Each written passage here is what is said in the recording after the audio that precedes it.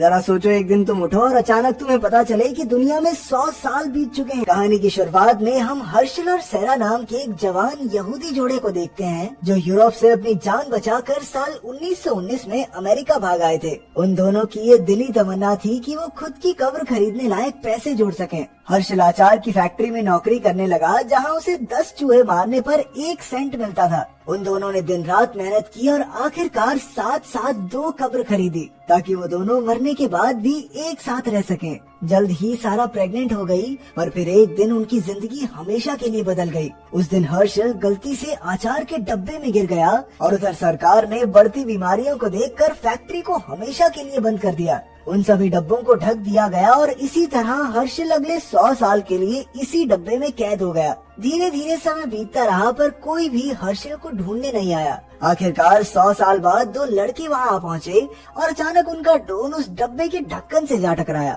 जैसे ही उन्होंने ढक्कन हटाया तो अचानक हर्षल बाहर निकला और उसे देखकर उनके होश ही उड़ गए। हैरानी की बात तो ये थी कि 100 साल के बाद भी हर्षल जिंदा था और एकदम सही सलामत भी। जल्द ही ये खबर आग की तरह फैल गई और फिर एक कॉन्फ्रेंस में वैज्ञानिकों ने बताया कि वो आज तक जिंदा कैसे रहा। इसके बाद हर्षल को जांच के लिए हॉस्पिटल ले जाया गया पर वो एकदम ठीक था। डॉक्टर्स ने पता लगाया कि हर्षल के परिवार के सभी लोग मर चुके थे और अब सिर्फ उसका पड़पोता बेन ही जिंदा था। आखिरकार बेन को बुलाया गया और वो अपने परदादा हर्षल को खुशी खुशी लेने पहुंचा। हैरानी की बात तो ये थी कि वो दोनों बिल्कुल एक जैसे दिखते थे।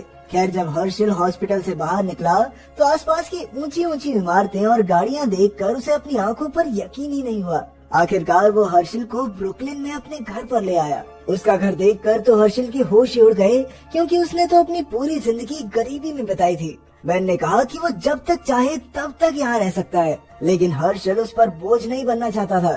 खैर, बाद में बेन ने उसे सेल्जर वाटर पिलाया जो हर्षल के जमाने में सिर्फ अमीर लोग ही पी सकते थे। उसे पीकर तो हर्षल काफी ज्यादा खुश हो गया। फिर बेन ने एलेक्सा से कहकर एक पुराना गाना बजाया और दोनों मस्ती में नाचने लगे। कुछ देर बाद हर्षल